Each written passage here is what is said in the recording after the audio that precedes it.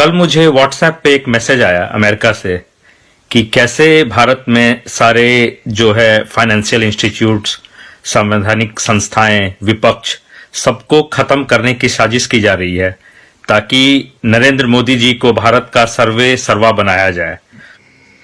America से आया message किस प्रकार से भाजपा वाले नरेंद्र मोदी के लिए स्थायी शासक यहाँ का बनाना चाहते हैं, सर्वे सर्वा बनाना चाहते हैं, भारतीय संविधान को ताक पर रख कर और जो विपक्ष है उसके लिए बिल्कुल खत्म करना चाहते हैं। इस बात का पर्दाफाश अमेरिका ने कर दिया है। यह आप वीडियो में पूरी सच्चाई देखेंगे। यह लोग चाहते हैं भारतीय संविधान खत्म हो, इनके द्वारा लिखा हुआ संविधान जिसमें मनुस्मृति के अनुसार जिसको बनाया गया है उसको यह लोग चालू करना चाहते हैं, भारत में स्थायी रूप से उसे लागू करना चाहते हैं। बाबा साहब का संविधान है उसके लिए ख़त्म करना चाहते हैं। पर नेपाल में जो हुआ है उसको देखते हुए इनकी नींद हराम हो गई है। तो सचेत कर दिया है अमेरिका ने किस प्रकार से भारतवासियों के लिए मैसेज भेज दिया है।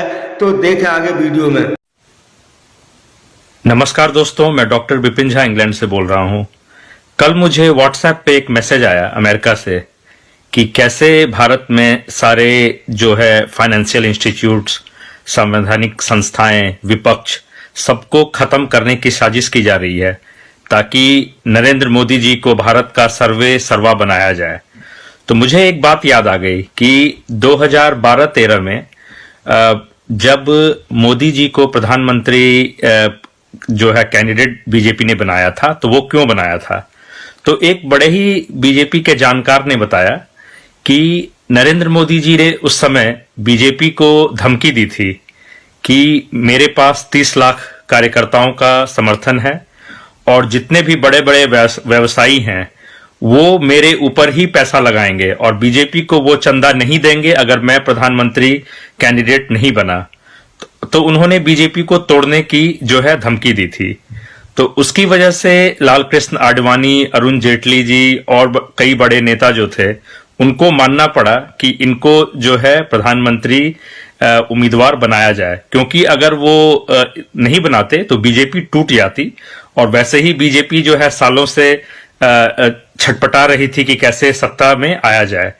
तो वो अन्ना आंदोलन जो एक प्रायोजित था कि कांग्रेस सरकार को बदनाम करने की, उसके बाद जो है जो व्यवसायी जो घराना थे वो मोदी जी के ऊपर इसलिए पैसा लगाना चाहते थे क्योंकि उन्हें पता था कि इनके माध्यम से फिर हम अपना मकसद पूरा कर सकते हैं। और आपने देखा होगा कि 5 साल में मोदी जी ने कितने देशों की यात्रा की थी। तो उसका कारण ये था कि जो भी व्यवसायियों ने जो 2000-3000 करोड़ इनके इलेक्शन कैंपेन में लगाया, तो उससे कहीं ज्यादा उन्होंने वसूल लिया। और आज जो देश में जो है एयर इंडिया को बेचा जा रहा है, जो एयरपोर्ट की नीलामी, रेलवे प्लेटफॉर्म की नीलामी और भी जितने LIC हो गया उसका प्राइवेटाइजेशन, तो इन सब का मकसद यही है कि आम जनता को कमजोर किया जाए और एक व्यक्ति के हाथ में जो है पावर इतनी ज्यादा आ जाए जैसे कि रशिया और चाइना के प्रेसिडेंट के पास है।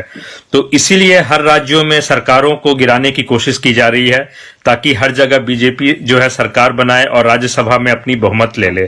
तो इस साजिश को समझना जरूरी है।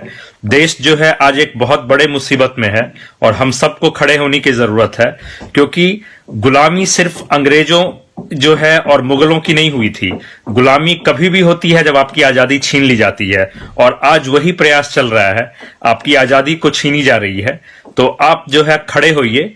जो मजदूर थे, जो 4 करोड़ लोग पैदल चल पड़े थे, उनको इतना भी मतलब हिम्मत नहीं हुआ कि वो जाके अपने राज्य या जिला प्रशासन के पास जाके बोलते कि हमें घर पहुंचाओ। तो वो चुपचाप से जो है वो सह लिए। और ये जान लीजिए कि जो गुलाम होता है वो हमेशा जो सफर करता है वो कमजोर तबका करता है। जो संपन्न लोग होता है, वो चाहे अंग्रेज थे चाहे मुगल, वो ना कभी गुलाम हुए थे ना आगे कभी गुलाम होंगे। तो और मैं आपको इसलिए ये बात बोल रहा हूं क्योंकि ये मुझे व्यक्तिगत रूप से प्रभावित नहीं करेगा, लेकिन देश के आम जनता को प्रभावित करेगा। तो इसलिए मैं आपसे बड़ी ही विनम्रता के साथ कहता हूं कि उठिए, खड़े होइए। इन मीडिया और ये जो बीजेपी IT सेल और ये जो पाले हुए भक्त हैं जो सोशल मीडिया पे गाली गलौज करते हैं, सबके खिलाफ जो है खड़े होइए और इन सबको सबक सिखाना है, इन सबको सत्ता से दूर जो है हमें भेजना है। बस इतना ही मैसेज था। जय हिंद।